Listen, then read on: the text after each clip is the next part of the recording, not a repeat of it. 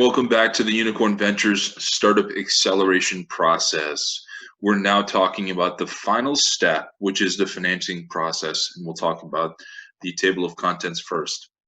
So initially, we are going to start out our first slide like we always do, talking about the startup acceleration process as a whole to understand where we are in that process. And then we're going to get into why do we use the financing process in the first place. And then next slide, we'll be talking about the financing process as well, going into then the subcomponents of that process, which are the pre-seed accelerator, job and career, seed accelerator, venture capital, and then private equity and strategic buyers. So the startup acceleration process as a whole always begins with organizing or organization. It then goes into vision, values, and virtues, market model, platform, evergreen content, content distribution, domain authority process, product market fit test, list development and customer interviews, customer development team, and then what we're talking about today is the financing process. So why are we talking about financing in the first place? Well, the purpose of financing is to match the sources of capital to the uses of capital. And the first priority, though, is truly going to be learning the acceleration process as a whole in a pre-seed accelerator like Unicorn Ventures. And that's the reason why somebody would go about doing that. Pre-seed accelerators can connect with other seed accelerators for financing, and that's ultimately a huge value add. So as you're prepared and as you get certain growth goals and traction, you can then position yourself to get external financing. The goal, though, should be bootstrapping for as long as possible, and this is usually used in conjunction with one's job or career, to bring along that startup with some financing there. And then ultimately, the goal, obviously, is to get to cash flow positive, which is going to put you in a power position when you're approaching external sources of financing. If you can get to cash flow positive on your own, and start to have a sustainable, durable revenue stream, then you're going to be in a much better position to decide whether or not you even want external financing. So that's why I say there's a power position there. So in terms of the financing process, we're really looking at 5 different options here, and they were sequential, meaning in order, starting with the pre-seed accelerator like the Unicorn Ventures, job career-based financing, which is just using your job and career to actually fund the startup, then going to the seed accelerator, venture capital, and then private equity and strategic buyers. So in terms of a pre-seed accelerator, we're looking at Unicorn Ventures here as an example. The purpose of this is to really get your minimum viable product, get your traction, learn the process, get everything in order, and then be able to start working towards some of the traction and goals so that you can position yourself for external financing if you choose to do so. If you can get to cash flow positive on your own, more power to you. Definitely go for it.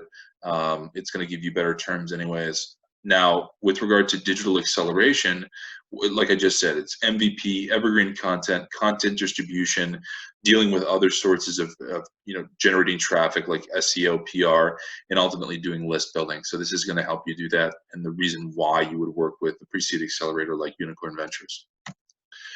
Then going into job career, when we're talking about different sorts of capital, this is just a general ballpark and an estimation of levels of capital that you can expect for financing utilization. So if you're talking about $10,000 to $50,000, really generated towards developing the minimum viable product, as well as list building through, for example, Facebook ads or Google ads on a CPC basis, or LinkedIn, depending on what who you're looking to target. This is how you can utilize your job or career to actually fund that, which is really the first source of capital for an individual startup, and why it's really helpful for an individual founder to have some success on a job or career basis, or be in an industry where they can use that expertise in capital.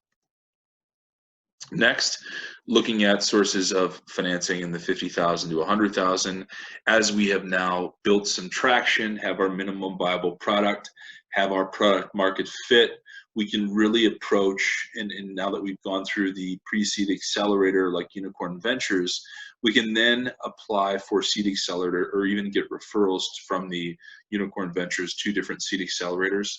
And if you're looking at 50 to 100,000 to then validate yourself to the next round of financing, or using it in list building, etc. That's ultimately what the seed acceleration is actually going to do. And if you've gone through the pre-seed accelerator Unicorn Ventures, you're going to be in a much better position than if you hadn't have gone through it, because you're going to have your startup in a place where it's much more advanced than other folks that have not gone through that. So that's a good thing. So that's for the seed accelerator as the next one. Getting into venture capital, the first round of venture capital usually in the $2 to $10 million range, and we've skipped over angel financing, but that can be kind of lumped in here as kind of a gap in between that. But angel financings are so infrequent that I think we should probably just focus on venture capital in order to do so. So with regard to venture capital, what we're trying to do is focus on really building out our funnel and really working on our unit economics and expanding and growing the platform, and really start to then cash flow positive. So that's why you would go for a round of venture capital, is in order to start magnifying those unit economics and really scaling. And then ultimately, as you grow, you always retain the option whether or not you want to make an exit in a partial manner or a full manner, if that's going to be to a private equity or a financial buyer or a strategic buyer. That usually is going to start at the $10 million plus range, and this is going to allow founders liquidity, meaning that it doesn't involve the reinvestment assumption, meaning that capital that's delivered to you, as opposed to venture capital, which assumes that you're going to reinvest it into the company. Well, since you're selling the ownership of your stock and it's valued at whatever it is, you should be able to retain that capital without being forced to reinvest it. And that's ultimately why somebody would make an exit, so that they can gain liquidity and diversify their portfolio from maybe a startup. All right, so that's the financing process, and what we're all working towards is moving through the different phases: pre-seed, job career, seed accelerator. You could throw in there angel investment, venture capital, private equity, and strategic. So this, of course, has been the startup acceleration process. Go ahead and go to unicornventures.org and register. We really look forward to having a conversation with you. We're super excited to help you. Talk soon.